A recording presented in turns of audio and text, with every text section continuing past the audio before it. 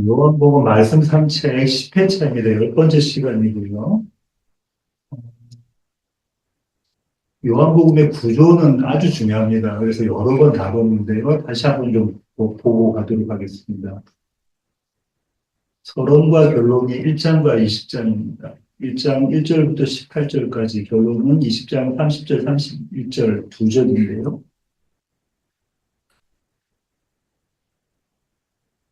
그 다음에 21장의 에필로그, 회복과 사명에 대한 베드로를 회복시키시고 그에게 사명 주시는 것에 대한 이야기가 나오죠.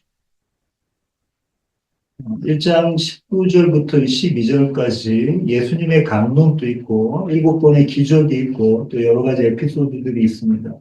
그것을 표적의 책이라고 말씀드렸고요.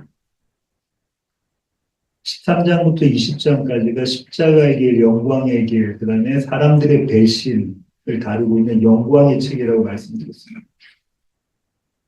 그래서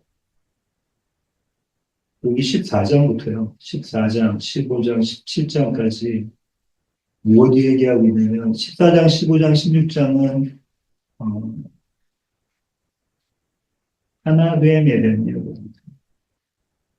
생명을 누림에 대한 이야기하고 있고요. 17장은 예수님의 대제사장적인 기도라고 말씀드렸죠. 17장 전체를 통해서 예수님께서 마지막으로 십자가를 지시기 전에 우리를 위한, 교회를 위한 기도를 하고 계신 장면 17장입니다. 14장부터 17장까지는 같은 내용을 계속해서 반복적으로 나와 있어요. 내가 아버지와 하나인 것처럼 너희들도 하나가 되어, 하나됨에 대한 이야기, 생명 나눔에 대한 이야기가 14장부터 17장까지 계속 이어지고 있습니다. 저는 요한복음 전체 얘기는 이 얘기라고 말씀드렸죠. 예수 그는 누구인가? 너희는 나를 누구라 하느냐? 그 결론을 이미 이 서론에서 결론을 내리고 시작하죠. 그죠? 그분은 하나님이시다. 그분은 말씀이시다. 그분은 생명이시다. 그분은 사람들의 빛이시다라는 이 결론을 내리고 난 다음에 그 결론 내린 것을 서론이 벌써 결론이에요. 아주 밀도가 높다고 말씀드렸고요. 그 결론을 12장까지 표적으로 보여주시고 그 다음부터 십자가를 지신 것으로 보여주셔서 이 결론, 20장 30절부터 31절 어떤 내용이 있죠? 예수님께서 하신 기적이 너무나 많은데 그 중에 내가 이것만 이야기한다, 이것까지 표적을 이야기하는데 그렇게 하는 이유가 뭐라고 말씀하시죠? 너희로 하여금 예수를 믿게 하려고, 그분의 생명을 누리게 하려고. 그게 결론이에요. 예수 믿음, 그래서 생명 누림, 이 일을 위해서 요한복음이 쓰여졌다라고 이야기하는 것이죠. 예수 믿음과 생명 누림의 앞에 맨 마지막 에피소드가 뭐냐면, 이 결론 30장 31절 앞에 에피소드가 뭐냐면, 도마의 믿음 없음과 그 도마를 새 창조하셔서 믿음 있는 자로 세우시는 모습이 드러나는 거죠. 그래서 이런 전체적인 구조를 가지고 요한복음은 서론에 있는 1장 1절부터 18절이 계속해서 이제 비춰져서 나올 겁니다. 오늘 본문인데요. 요한복음 1장 29절부터 34절입니다. 한 목소리로 읽으시겠습니다. 그러니 예수께서 자기에게 나오심을 보고 이르되 그가 세상들을 죽어가는 하나님의 어린이라. 내가 어찌하여 아들을 내 뒤에 오지 않으리니 나보다 앞선 것은 그가 나보다 먼저 계시니라 한 것이 이 사람을 가르치리라. 나도 그를 알지 못하였으나 내가 와서 물론 시대를 베푼 것은 그는 이스라엘에 나타내어 일어나더라. 요한이 또 질문하여 이르되 내가 올해 성령이 들으려 시작하니 하늘로부터 내려와서 그의 위에 머물렀다. 나도 그를 알지 못하였으나 나를 보내어 불러 침례를 베풀라 하시니 우리가 나에게 말씀하시되 성령이 내려서 우리의 뜻이 모든 것을 배우듯 그가 곧 성령으로 침례를 베푸는 줄 알았다. 내가 하나님의 하심을 하였다. 지금부터는 성경책 갖고 계신 거랑 같이 보시면 좋겠습니다. 이런 관찰 질문들이 나올 수 있을 것 같은데요. 첫 번째로, 이튿날이라고 알리는 이유는 무엇인가? 이튿날 이렇게 시작해요. 그죠? 시간을 이렇게 주는 이유는 무엇인가? 이런 질문이 있을 수 있고요. 예수님께서 자기 마음에, 자기 뜻대로 나오신 것인가? 아니면 성령의 인도하심을 받으신 것인가? 이런 질문을 가질 수 있습니다. 죄 없으신 분이 죄 사함의 침례를 받으러 나오신 이유는 무엇인가? 그가 나보다 먼저 계심이라는 것은 무슨 뜻인가?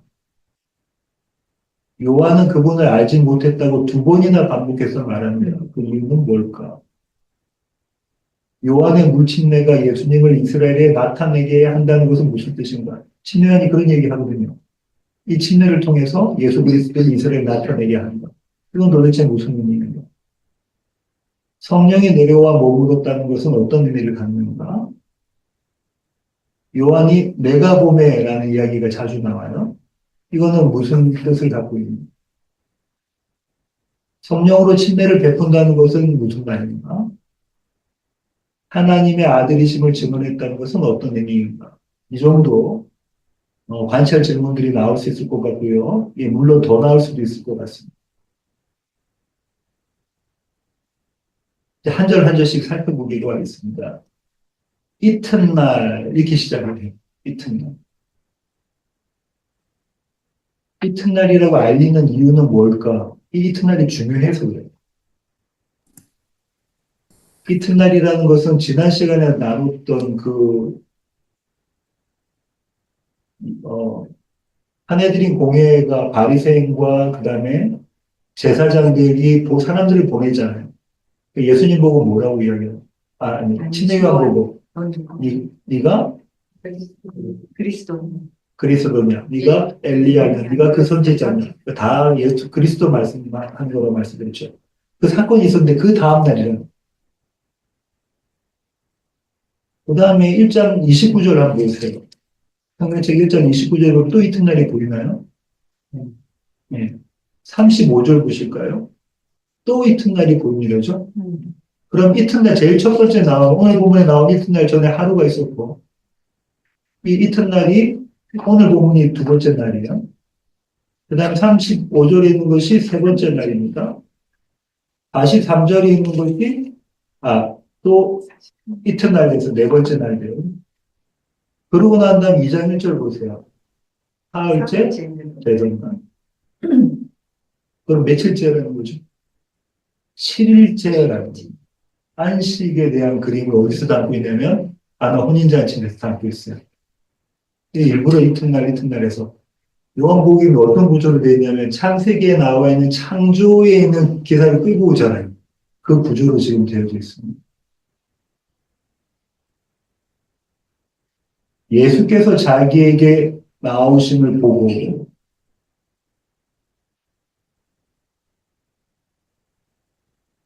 예수께서 요한에게 나오신 이유는 뭘까?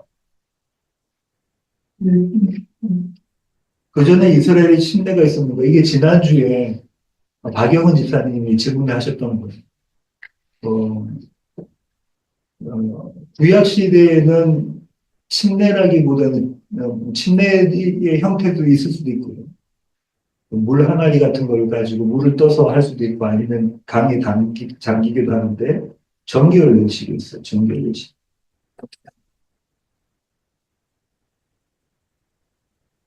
정결 예식이라는 건 자기를 깨끗하게 하는 거죠. 깨끗해 하는. 깨끗하게 하는. 그 다음에 말라기 이후에 말라기부터 예수님의 초림 다시 예수님의 사역 시작하는 이 시간을 암흑기라고 부르는데요. 400년 정도 어바웃. 이 암흑기 때는 어떤 일이 있었냐면 바벨론 포로에서 돌아왔잖아요. 그러고 난 다음에는 거기에 어떤 사람들이 섞여져 있냐면 유대인들, 이스라엘 민족이 아닌 사람들도 섞여서 오기도 했단 말이에요. 그때 거기서부터 여호와 신앙을 가져서 그들이 들어오고 나면은 어떻게 되냐면 너희가 이제는 이방인이지만 우리와 같은 이스라엘 민족이다. 여호와 신앙을 갖고 있다라는 것을 어떻게 표현하냐면 침례의식이었었어요. 그런데 이런 침례의식과는 전혀 다른 모습의 침례가 침례 요한에 주는 침례였어요. 또 이스라엘 대상으로 하는 거였어요. 주로 이스라엘 대상으로 하지 않았는데요. 요한의 침례의 의미는 죄사함의 침례입니다. 마태복음 3장 6절에 이렇게 나와 있어요. 자기들의 죄를 자복하고 요단강에서 그에게 침례를 받더니 이 침례는 죄사함의 침례였다.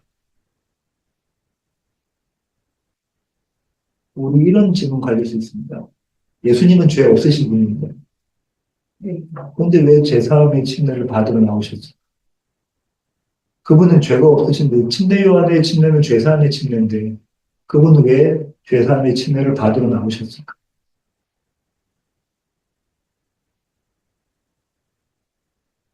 조금 이따 그 숙제를 갖고 가고요. 예수님께서 침례 요한에게 침례받으러 나오신 것은 자신의 뜻으로 나오신 건가 아니면 성령님의 인도하심을 받은 건가? 여러분 어떻게 생각하세요? 성령이 심으시는 성령을 이렇게 비둘기에 성령을 내리시는 건 침례 받고 난 다음이잖아요. 그럼 성령 인도하심이 아닌가? 저는 어떻게 생각하냐면은 성령의 인도하심을 받아서 나오셨으면 그것이 자의로 같았으면 이게 우리의 모습입니다. 우리는 우리의 뜻대로 무언가를 해요. 예를 든다면 오늘 말씀 산책에 나오신 것도 여러분 뜻대로 나오신 거예요. 근데 그것이 성령님의 인도하심이에요. 다른 자리보다, 다른 시간보다 이 시간이 더 소중하고 귀하니까 나오는 거잖아요. 그래서 이것을 구분할 필요가 없다. 말씀드리고요. 이게 나중에 성령으로, 비둘기가 성령으로 이렇게 내리는 성령 침례의 모습이 하고 어떤 관계가 있습니다. 그래서 조금 이따가 좀 더 살펴보겠습니다. 성령의 인도하심으로 받았다고 생각하는 이유 중에 큰 것이 뭐냐면 예수님은 완전한 인간이신가요? 네. 그 완전한 인간됨이라는 것은 어떤 것이냐면 성령에 이끌림 바 되는 인간이라는 거예요. 그렇지, 그런가요? 저와 여러분이 완전한 인간이 되려면 어떻게 해야 된다고요? 성령에 이끌림 바 된 하나님의 뜻 안에 있는 그 모습이 완전한 인간인데요. 예수님은 완전한 인간으로 오셔서 이 모습을 보여주는 겁니다. 그래서 성령에 이끌려 시험 받으러 갔어요. 성령에 이끌려 하시, 성령에 이끌려 하는 표현이 자주 그 복음서에 등장하죠.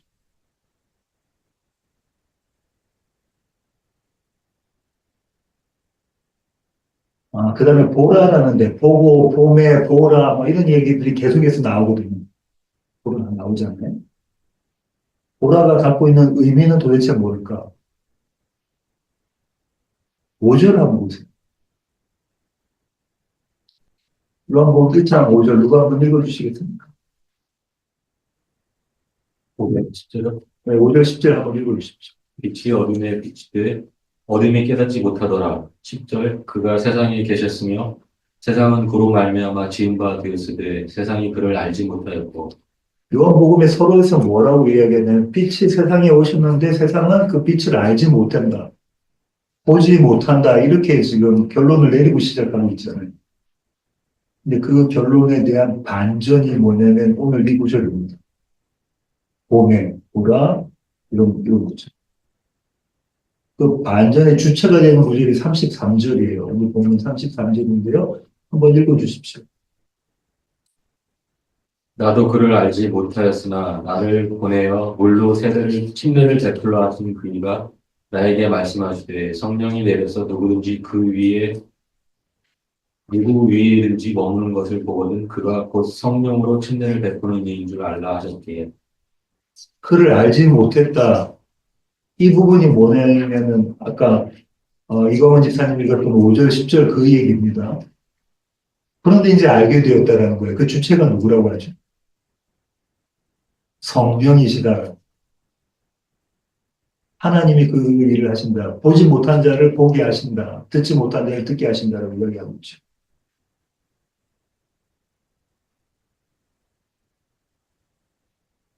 다음 29절에서 마지막 세상 죄를 지고 가는 하나님의 어린 양.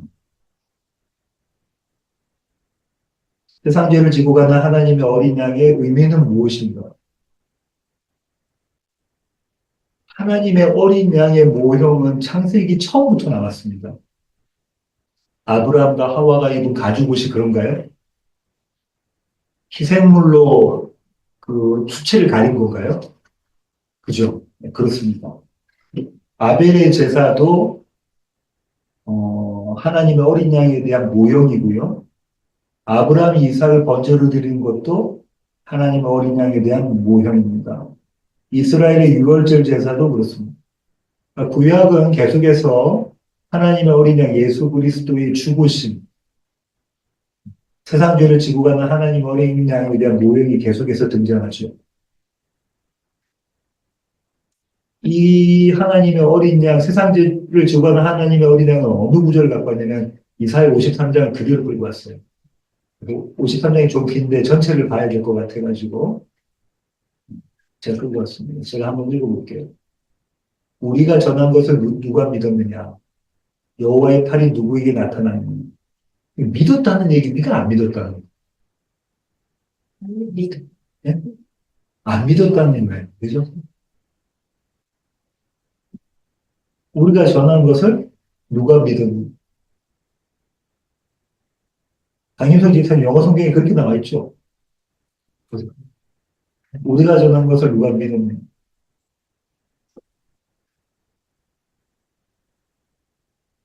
믿지 못한다는 거예요. 세상 사람들은 믿지 못한다는 겁니다. 선지자들이 그렇게 와서 전하고 해도 믿지 못한다는 거예요.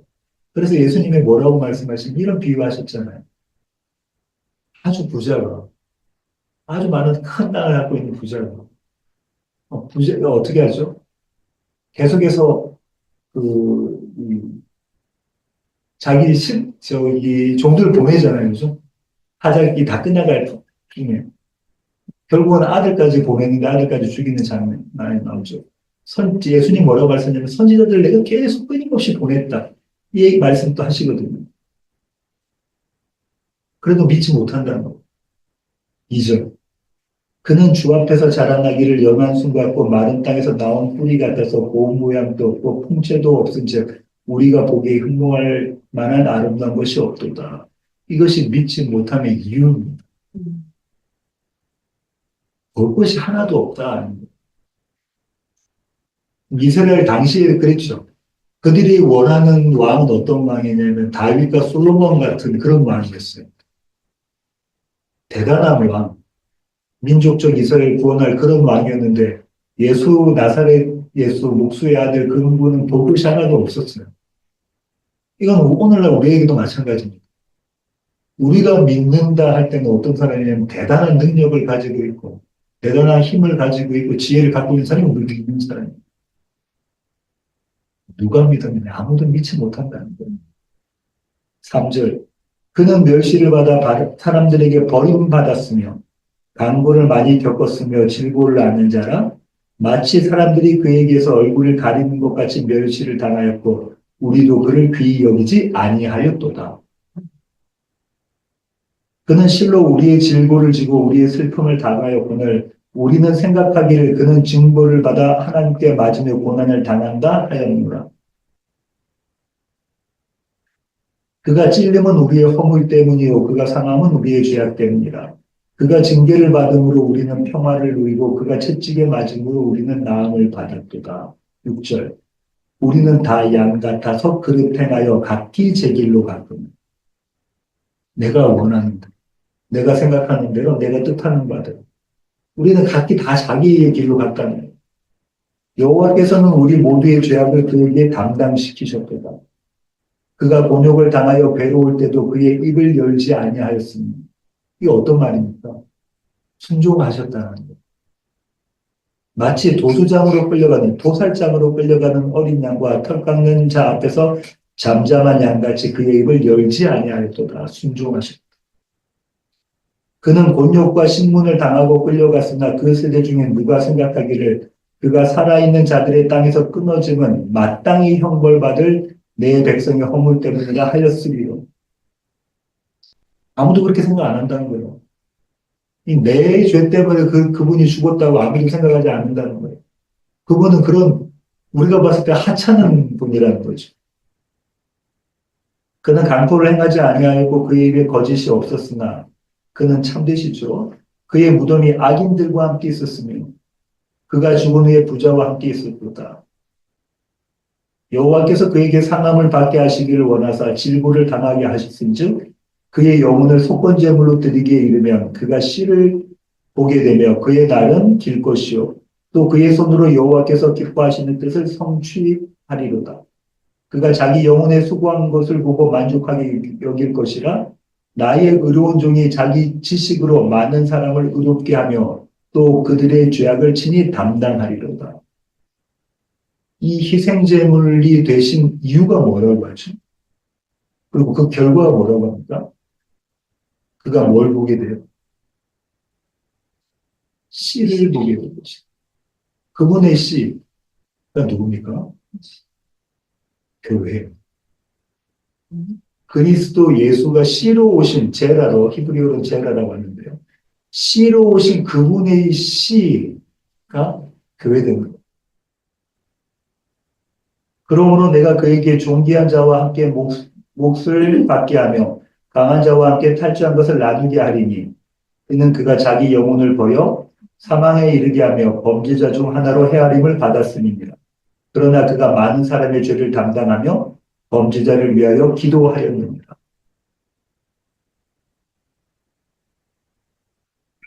어떤 말이냐면 예수 그리스도는 죄 없으신 분이신데 우리의 죄를 안고 침례를 받으신 거예요. 침례가 뭐라고 해요? 죄사함. 그걸 안고 그 침례가 모욕하는 게 뭘까요? 십자가입니다. 침례가 모욕하고 있는 게 십자가예요. 1장 30절입니다.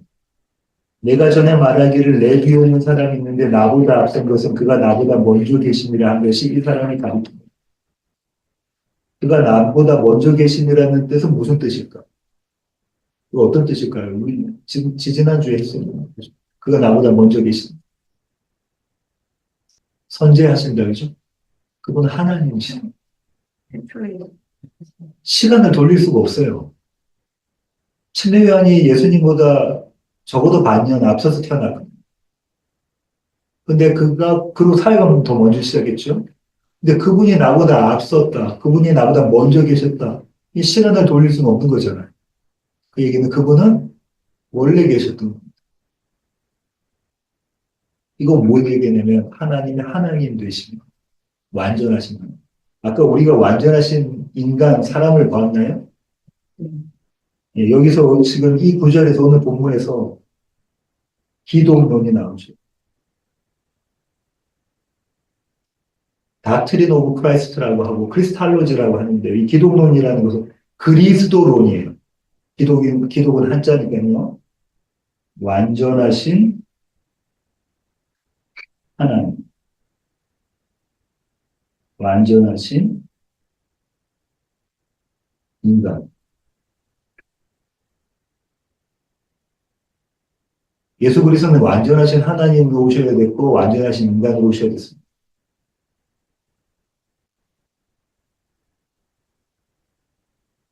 31절 나도 그를 알지 못하였으나 내가 와서 물로 침례를 베푸는 것은 그를 이스라엘에 나타내려 함이라 하니라. 마태복음 3장 13절부터 17절인데요. 한번 읽어주십시오. 김종희 집사님 한번 읽어주십시오. 이때 예수께서 갈릴리로부터 요단강에 이르러 요한에게 침례를 받으려 하시니 요한이 말려 이르되 내가 당신에게서 침례를 받아야 할 터인데 당신이 내게 오시나이까. 예수께서 대답하여 이르시되 이제 허락하라. 우리가 이와 같이 하여 모든 의를 이루는 것이 합당함이라 하시니 이에 요한이 허락하는지라. 예수께서 침례를 받으시고 곧 물에서 올라오실세 하늘이 열리고 하나님의 성령이 비둘기같이 내려 자기 위에 임하심을 보시더니 하늘로부터 소리가 있어 말씀하시되 이는 내 사랑하는 아들이요 내 기뻐하는 자라 하시니라. 마태복음, 이 공간복음에서 나와 있는 그 기록과 요한복음에서 나와 있는 기록은 약간 좀 다른 것 같기도 해요. 그죠? 공화복음에서 나온 것을 예수님이 침례를 받고 올라오실 때 성령이 비둘기같이 위에서 내리고 하늘 문이 열리고 그 다음에 하나님의 말씀이 이렇게 선포되는 그림이잖아요. 근데 오늘 본문에서 침례 요한은 뭐라고 이야기하고 있냐면 그분 위에 성령이 비둘기같이 내리시는 그분이 메시아다 이렇게 이야기하고 있는 보는 게 다 이거는 예수님이 보신 모습을 그리고 있고 요한은 본인이 보는 모습을 그리고 있는 거예요. 그래서 이걸 보고 성경이 오류다 이렇게 이야기할 수가 없어요. 관점이 달라서 그렇죠. 17절에 이는 내 사랑하는 아들이요 내 기뻐하는 자라는 한 번 더 나옵니다. 공관복음서에서 언제 나오죠? 변화산 사건 때 나옵니다. 모세와 엘리야와 예수님이 있을 때에 하늘 문이 열리면서 그 소리가 또 들려주죠. 변화산 사건. 그 모세와 엘리야는 교회의 모형이라고 말씀을 드렸었고 두 증인이라고 말씀을 드렸어요.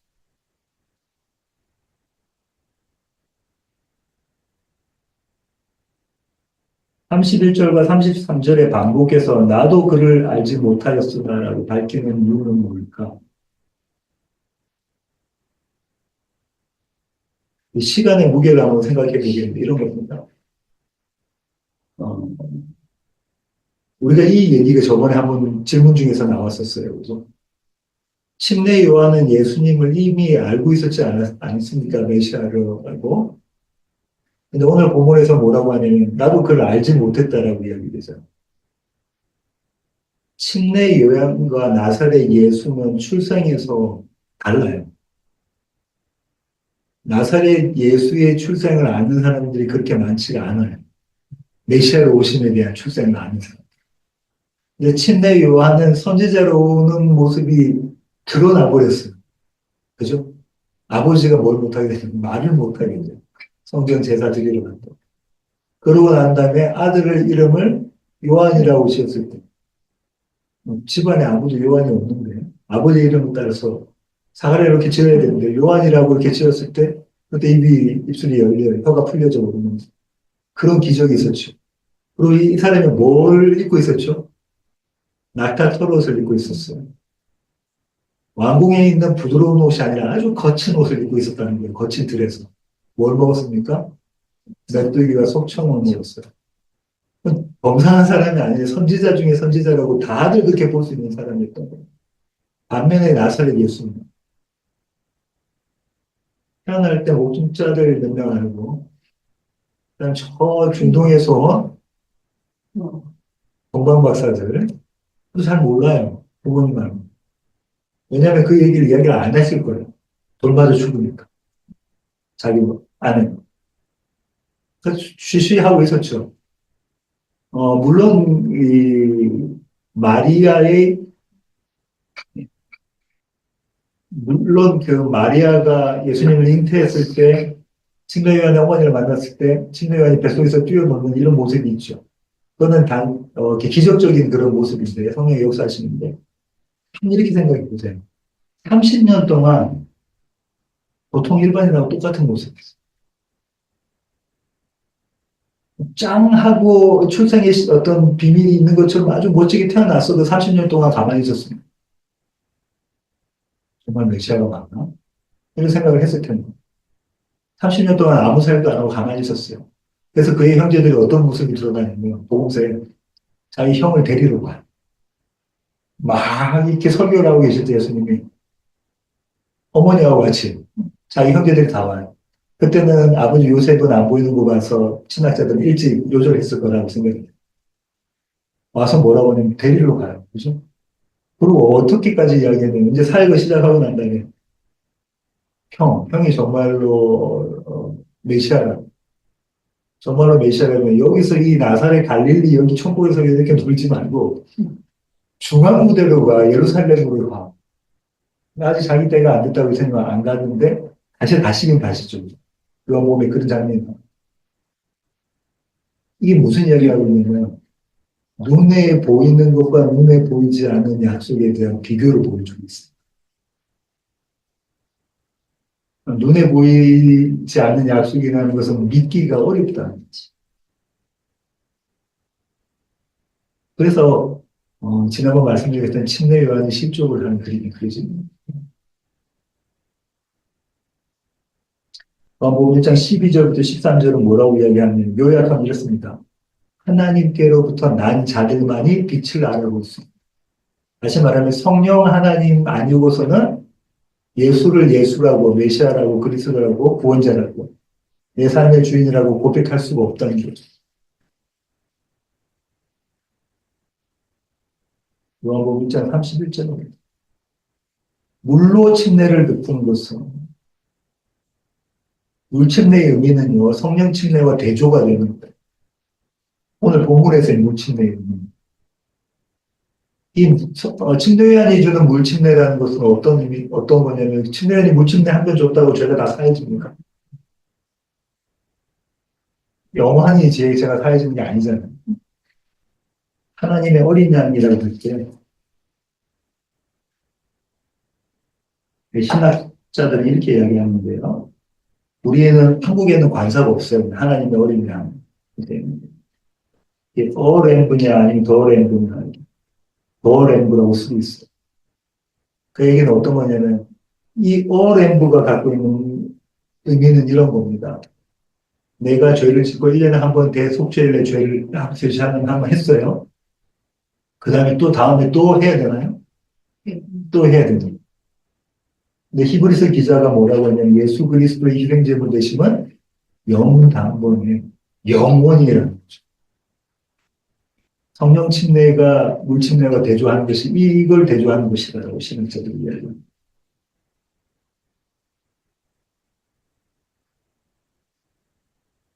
물로 침례를 베푸는 것이 어떻게 이스라엘에게 나타내려고 하는 것일까? 아까 관찰제논 이런 것이 있었는데요.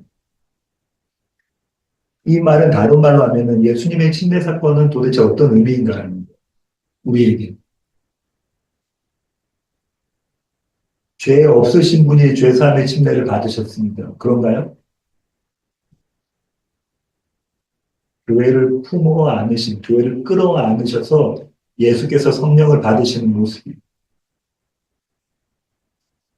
예수께서 교회를 끌어 안으셨다는 거예요. 교회는 죄를 갖고 있대요.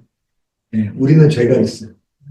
우리의 죄를 끌어 안으시고 그분이 죽으셨다가 살아나시는 모습입니다. 침례 그런 거잖아요. 죽었다가 살아나는 겁니다. 그분이 우리를 교회를 끌어안고 죽으셨다가 살아나는 모습입니다.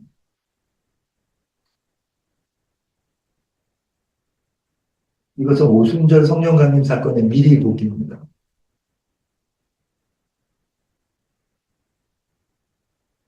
32절. 요한이 또 증언하여 이르되 내가 보매 성령이 비둘기같이 하늘로부터 내려와서 그의 위에 머물렀다. 성령이 내려와 머물다는 것은 어떤 의미인가?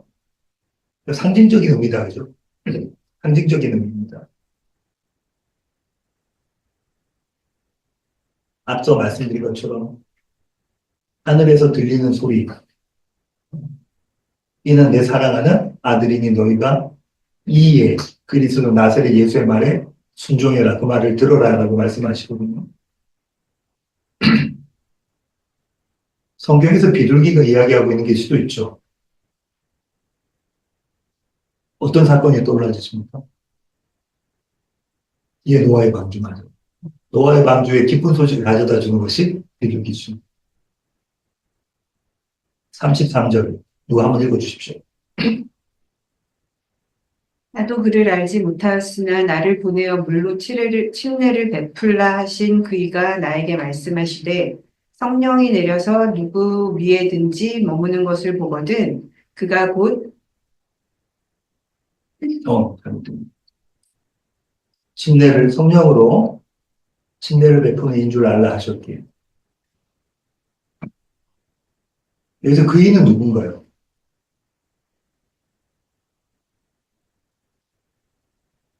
예수님 아니실 거거든요. 성부 하나님. 그죠? 성부 하나님이 누구를 통해서 말씀하시냐면 성부 하나님 우리에게 직접 말씀하지 않으세요. 성령 하나님을 통해서. 나도 그를 알지 못하였으나 그러나 이제는 알게 되었다는 거에 알라 하셨기 때문에 이게 담고 있는 의미가 뭘까요?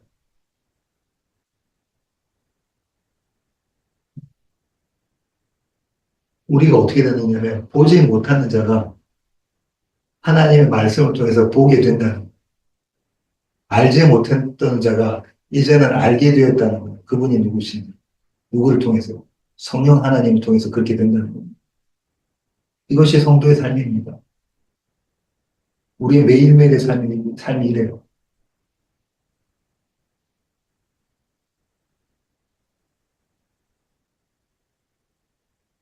성령으로 침례를 베푸는 이는 무슨 뜻인가? 성도의 구원의 원인과 주체에 대한 선언입니다. 성도의 구원은 우리에게 원인이 있지 않아요.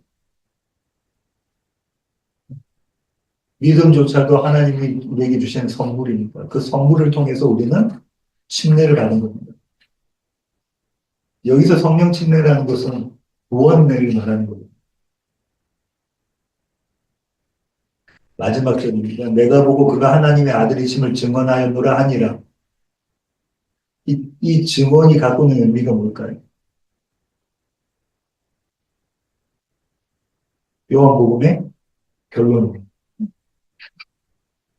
그죠? 요한복음의 결론이 뭐라고요?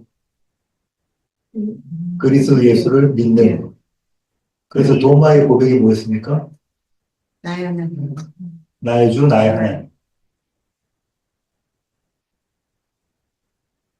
오직 이것을 기록하면 너희로 예수께서 하나님의 아들 그리스도이심을 믿게 하려 함이니 또 너희로 믿고 그 이름을 힘입어 생명을 얻게 하려 함이니라.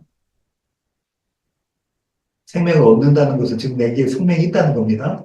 생명이 있다는 것은 내가 생명을 누린다는 얘기예요. 그러니까 지금 아까 우리가 요한복음 처음에서 본 것처럼 계속 에피소드마다 뭔 얘기하고 있냐면 이 얘기로 계속 결론이 지어질 거예요. 34절 결론이 그렇잖아요. 내가 보고, 내가 보지 못했다. 내가 알지 못했다. 그런데 나에게 말씀을 주셔서 성령 하나님이 나에게 말씀을 주셔서 내가 그를 보게 됐고 내가 그를 알게 되었다.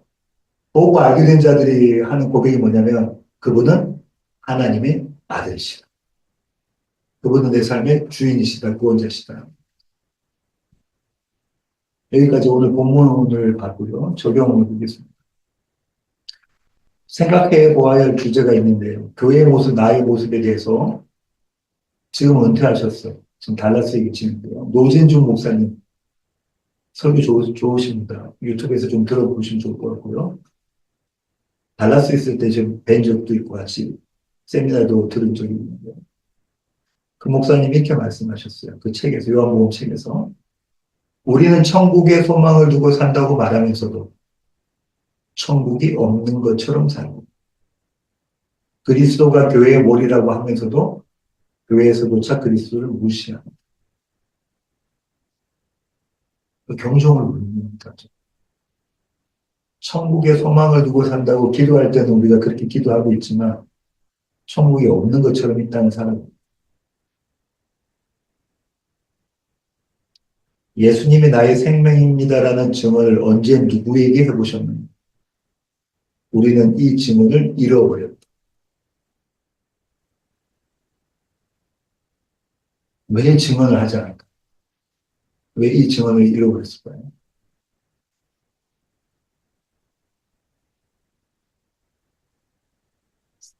두 번째 주제 때문에 그렇습니다. 세상 죄를 지고 가는 하나님의 어린 양이로다. 나의 죄가 하나님께서 아들을 죽이실 만큼 그런 수준의 죄인가? 그런가요? 내가 지은 죄가 하나님께서 아들을 죽이실 만큼의 그런 수준의 죄입니다. 우리는 처음 예수님을 만나서 영접했을 때 이 일 때문에 눈물, 콧물 흘리면서 저도 그랬거든요. 제일 죄인이라고, 정말 죄인 중에 그랬어요.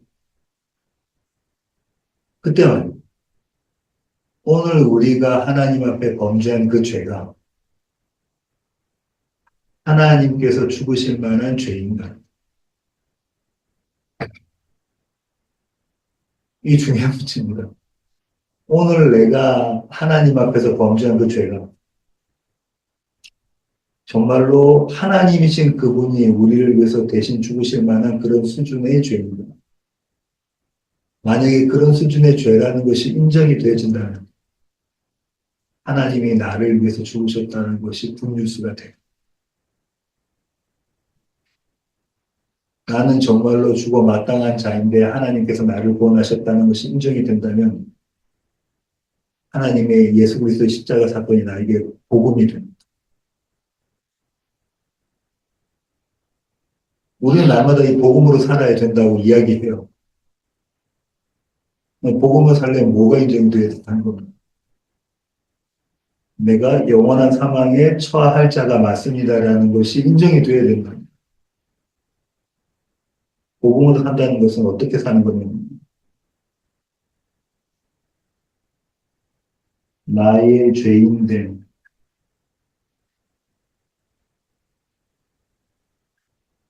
인식이 있어요.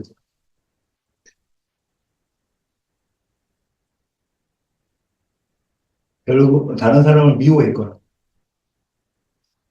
하나님보다 다른 걸 더 사랑했거나 그럼 이게 죄다라는 것에 대한 인식이 있어야 되는 겁니다. 죄에 대해 민감해야 돼요. 그래서 예전에 청교도들은 죄에 대해서 아주 민감했죠. 죄에 대해서 말씀이 자꾸 들어가면 들어갈수록 뭘 하시냐면 죄에 대해서 민감하게. 성경은 성령이 하시는 역할에 대해서 말씀하시는데 그게 뭐죠? 뭘 알게 하십니까? 죄에 대해서, 의에 대해서, 심판에 대해서 알게 하신 거죠. 죄에 대해서라는 것은 내가 정말로 죄인이라는 것이고 그 죄에 대해서 민감해진다는 성령님이 말씀이 자꾸 들어가면 죄에 대해서 더 민감해진다는 거예요. 예전에는 제가 예를 들어 강진통 집사님한테 막 미워했어요. 아유, 집사님 나를 괴롭혀. 저는 그렇지 않지만 미워했어요. 이게 죄인지는 몰라요. 마땅히 이런 반응이 나올 것 같아요. 왜냐하면 원인이 강진통 집사님한테 있다고 생각하니까. 잘못했으니까 나한테. 이 말씀이 들어가면 이게 죄에 대한 이게 죄구나를 알게 되는 거죠. 그러면 원인이 거기 있는 게 아니라 나에게 있다는 걸 알게 되는 거예요. 그게 죄에 대한 민감하고 죄에 대한 인식입니다. 성령이 오시면 하시는 일이 이거예요. 네가 죄인이야.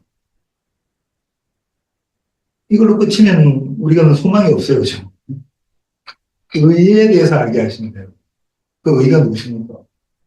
그리스도 예수세요. 그리스도 예수가 너의 죄를 다 해결하셨어요. 영당. 넌 자유해. 자유한 거예요. 그때 기쁨이 있는 거예요. 그때 즐거움이 있는 겁니다. 죄에 대해서 민감하지만 죄책감으로 시달리지 않습니다. 죄책감으로 시달린다는 얘기는 뭐냐면 내가 그 죄를 책임지겠다라도 우리는 얼굴이 낯이 두꺼워요. 그런가요? 죄를 조금 전에 지었어요. 근데 주님 제가 이 죄인입니다. 알고 있어요. 근데 그러면은 거기에 대해서 힘들어하고 막 하는 것이 아니라 오히려 그때 찬송하고 감사가 나온다는 거예요. 하나님에 대한 영광이 나온다는 거예요. 낯이 두꺼워진다는 거예요. 그죠? 왜요? 의인은 그분께 있는 거예요. 의인은 나에게 있는 게 아니에요. 오직 그 의인은 그리스도 예수께만 있는 거예요. 이 심판은 죄와 의에 대한 것을 알고 있는 자냐 아니냐에 대한 이야기거죠. 성령의 역할이 이것입니다. 복음으로 산다는 건 이렇게 사는 겁니다. 죄에 대해서 민감할 때 죄책감 없고 죄에 대해서 자유하고 죄에 대해서 민감하고 죄에 대해서 자유할 때 뭘 누리게 되냐면 생명을 누려요. 그때 하나님 주시는 거예요. 그래서 날마다 하나님 우리를 십자가로 끌고 가십니다. 날마다 하나님 우리를 십자가로 끌고 가셔서 우리로 하여금 십자가에서 죽게 만들어내시고 그분의 생명으로 부활시키셔서 날마다 그 생명을 누리게 하셨어요. 아까 같은 경우에 제가 그렇게 저에 대한 죄를 알게 됐어요. 그럼 하나님 앞에 하나님을 붙잡는 거, 그리스도 예수를 붙잡는 게 회개예요.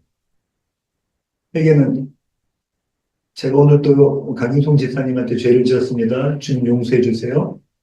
용서해 주실 줄 믿습니다. 아멘이 아니라 회개는 어떤 거냐면 아버지께 가는 거잖아요. 아버지 편에 쓰는 거예요. 거룩한 자가 되는 겁니다. 또 어떤 거냐면 이런 나를 용서해 주신 그 하나님께 전적으로 맡기는 거예요. 그분을 의지하는 거예요. 그분을 찬송하는 겁니다. 나의 구원은 하나님께서 다 이루셨어요. 그리스도 예수가 오직 나의 의야. 그때 우리 가운데 어떤 것이 주시냐면 생명을 주십니다. 그러면 미워졌던 그 강인순 집사님 미워지지 않고 좋아지고 사랑하게 되고 이해하게 되고 기도하게 되고 생명이 들어오니 하나님 생명이 들어오니 복음으로 산다는 것은 이렇게 산다는 거예요. 말씀이 우리 가운데 들어온다면 이렇게 살아가신다는 겁니다.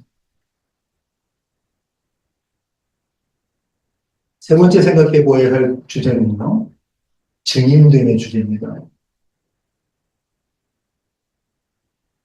이거 한번 생각해 볼게요. 침례 요한이 예수님을 하나님의 어린 양으로 증언하였기에 그분이 메시아가 되신 겁니까? 노라고요. 그분은 원래 메시아예요. 침례 요한이 증언하나 안 하나? 저와 여러분이 예수 그리스도를 증언하나 안 하나? 그분은 메시아예요. 그분은 왕이십니다. 그분은 하나님이세요. 그죠? 그렇다면 예수님을 증언한다는 것은 어떤 의미입니까? 우리에게 우리의 시간이 이 인생이라는 시간 가운데 예수님을 증언한다는 것은 어떤 의미입니까? 증언은 누가 할 수 있습니까? 본격한 사람, 경험한 사람, 그 사건을 알고 있는 사람이죠. 증언하려면 예수를 만나야죠. 예수를 만난 사람만이 증언을 할 수가 있습니다. 예수님의 증인이 갖는 의미는 내가 그분을 만났다. 그분을 만나게 되면 어떻게 되냐면 이게 이제는 생명이 우리 가운데 들어온 거죠. 그 생명이 들어오면 전하지 않고는 견딜 수가 없어요. 대표적인 여인이 누구죠? 숨어서 다니다가 사마리아에 숨어서 다니다가 생명이 딱 들어오니 이 남편이 진짜 내 남편이야.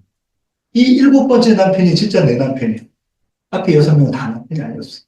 이분만이 나에게 마르지 않는 목마르지 않는 그 생명수를 주시는 분이야. 이분이 내 남편이라고 동네 사람들에게 다 이야기하죠. 생명이 들어온 거기 때문에. 그분을 만나고 나한테 생명이 들어오면 그걸 전하지 않고는 견딜 수가 없는 겁니다. 그것이 성교입니다. 우리가 선자로서 전하는 예수 그리스도. 누구에게 증언해야 되냐면 가장 먼저 나에게. 가장 먼저 나에게 증언하는 거죠. 그리고 내 가족에게, 내 자녀에게. 우리 자녀들 중에 신앙을 떠났다면 그 자녀들에게 복음을 전해야 돼요. 그 자녀들을 위해서 기도하고 복음을 전해야 되죠. 그리고 우리가 만난 직장의 동료들, 비즈니스 하는데 만난 사람들, 우리 주변에 있는 사람들에게 우리 복음을 전하는 겁니다. 오늘 성경 공부의 결론입니다. 보라, 세상 죄를 지고 가는 하나님의 어린 양이로다. 이것이 복음이에요. 그런가요? 그 세상 죄가 나의 죄. 내 죄를 지고 가는 하나님의 어린 양, 그분은 어린 양이셨다. 그분은 구원자셨다. 메시아다. 그리스도다.